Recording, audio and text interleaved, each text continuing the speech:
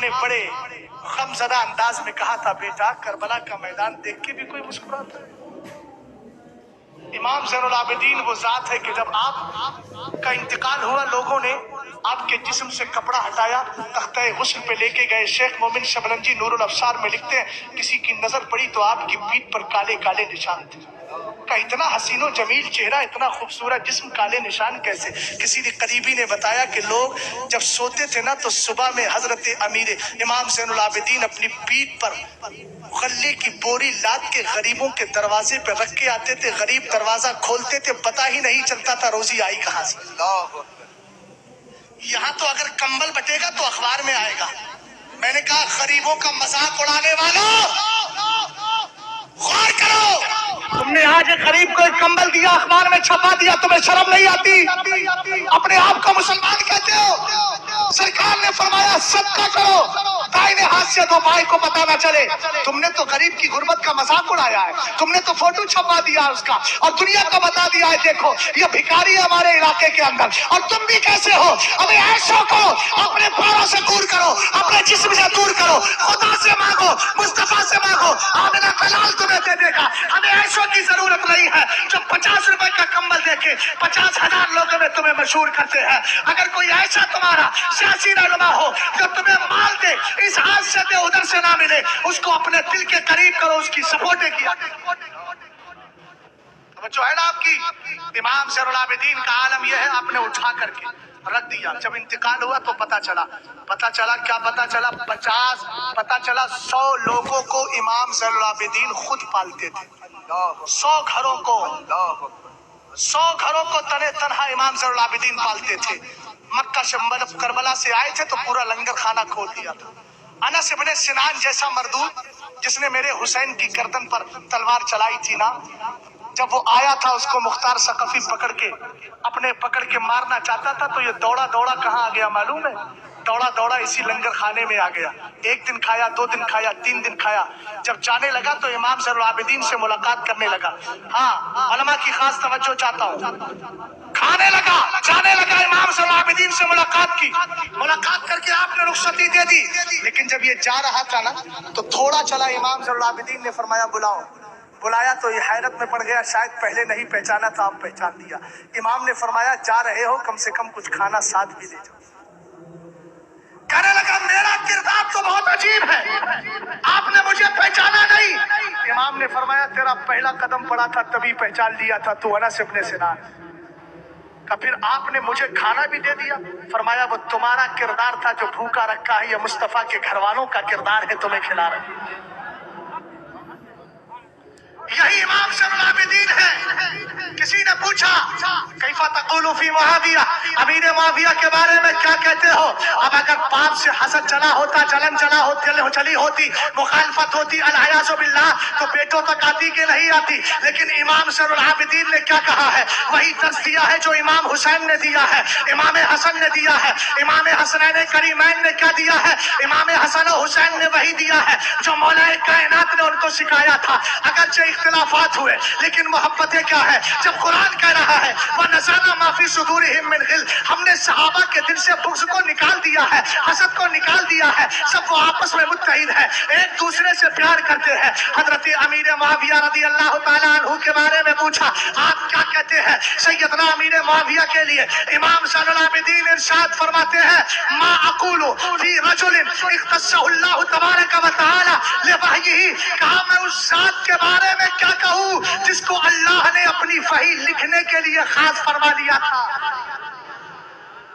ایک جملے پہ سبحان اللہ چاہیے مجھے، یہ میری وارننگ ہے، وارننگ، زبردستی نیکی کروانا چاہتا ہوں، تم بھی کر لو، کیا ہے، نقصان نہیں ہے۔ اور آگے فرمایا آپ نے وَجَعَلَهُ فِي أَرْضِهِ أَمِينًا، کہا میں اس ذات کے بارے میں کیا کہوں جس کو اللہ نے اپنی زمین کا امین بنایا تھا، امین۔ حضرت امیر معاویہ کی سلطنت کو لے کر بہت سارے لوگوں کے پیٹوں میں تکلیف ہوتی ہے۔ میں نے کہا تجھے پتا ہونا چاہیے، میرے سرکار نے فرمایا الخلافت بالمدینہ والملک بالشام، خلافت صرف مدینہ تک ہے اور ملک شام میں خلافت نہیں، مصطفیٰ کی بادشاہت۔ اور سنو، میرے نبی فرماتے ہیں رائی تو عمودن من نار خرج من تحت راسی حتی استقر بالشام. فرمایا ایک دن میں لیٹا تھا، میں نے دیکھا میرے سر کے نیچے سے نور کا ایک پلر نکلا، ایک ستون نکلا پلر. کہاں تک گیا؟ کہاں جا کے ملک شام میں جم گیا، کھڑا ہو گیا، وہی جا کر کے ساکن و شامت ہو گیا. ہم نے کہا وہ کیا ہے؟ ملا علی قاری بولے والملک اشارۃ الی ملک معاویہ، یہ اشارہ تھا حضرت امیر معاویہ کی بادشاہت کی طرح.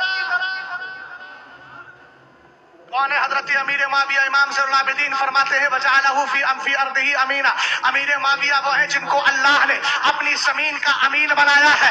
آگے آپ نے فرمایا ورضیہ کاتبا لنبیہ. امیر معاویہ رضی اللہ تعالیٰ عنہ وہ ہے جن کو اللہ رب العزت نے اپنے محبوب کی بارگاہ کا کاتب پسند فرما لیا ہے، کاتب مقرر کر لیا ہے.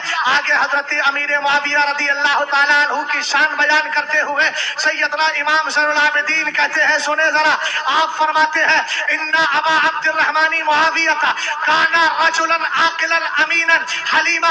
کہا امیر معاویہ رضی اللہ تعالیٰ عنہ ایک عقل مند انسان تھے، ایک امانت دار انسان تھے، ایک پردوار انسان تھے، ایک امین انسان تھے.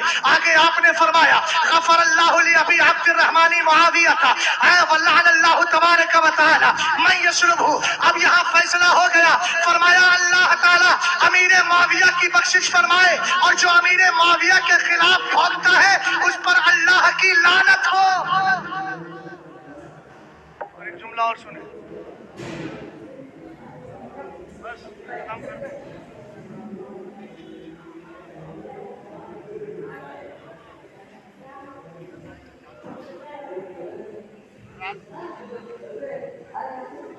میں بول دوں حضرات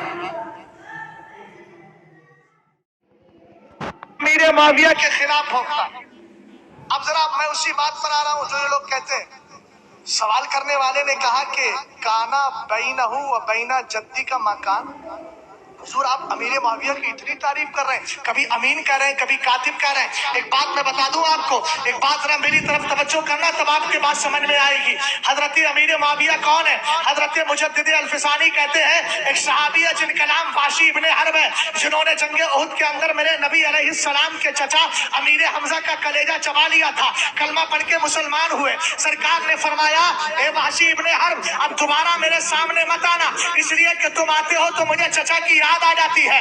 کلمہ پڑھا ہے، سرکار کا چہرہ دیکھ لیا ہے، صحابی رسول ہو گئے ہیں. حضرت واشی ابن حرب کے بارے میں مجدد الفسانی نے لکھا بڑے سے بڑا غوث بھی واشی ابن حرب کے مرتبے کو نہیں پہنچ سکتا، اس لیے کہ انہوں نے ایمان کی حالت میں اگرچہ ایک بار ہی صحیح مصطفیٰ کا چہرہ دیکھا. اور امیر معاویہ کون ہے ذرا دیکھیں. مثال دے رہا ہوں، قائد ملت نے کہا مولانا ذرا کاغذ قلم لانا. میں نے کہا جی حضور لے آیا. لانے کے بعد کہنے لگے لکھو. میں نے کہا بولیے حضرت. آپ نے لکھا چتر درگا کے اندر امام احمد رضا کانفرنس منعقد ہوئی. اب لکھنے کے بعد جب املا کرایا جاتا ہے تو کیا ہوتا ہے، لکھنے والا ایک سینٹنس لکھ کے پھر املا کرانے والے کے چہرے کو دیکھتا رہتا. یہی تو ہوتا ہے نا بھائی. ارے آپ اسکولوں میں پڑھے ہیں نا، ٹیچر آپ کا املا کراتا ہے تو آپ یہی تو کرتے ہیں، ایک سینٹنس لکھا پھر ٹیچر کے چہرے کو، پھر لکھا پھر ٹیچر کے چہرے کو، پھر لکھا پھر ٹیچر کے چہرے کو. غور کیوں نہیں کرتے؟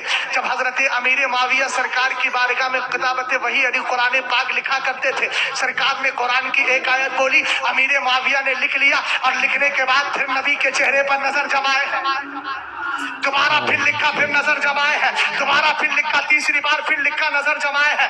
ہم نے کہا اگر ایک بار مصطفیٰ کے چہرے کو ایمان کی حالت میں کوئی دیکھ لیتا ہے تو اس کے مرتبے کو بڑے سے بڑا غوث نہیں پہنچ سکتا.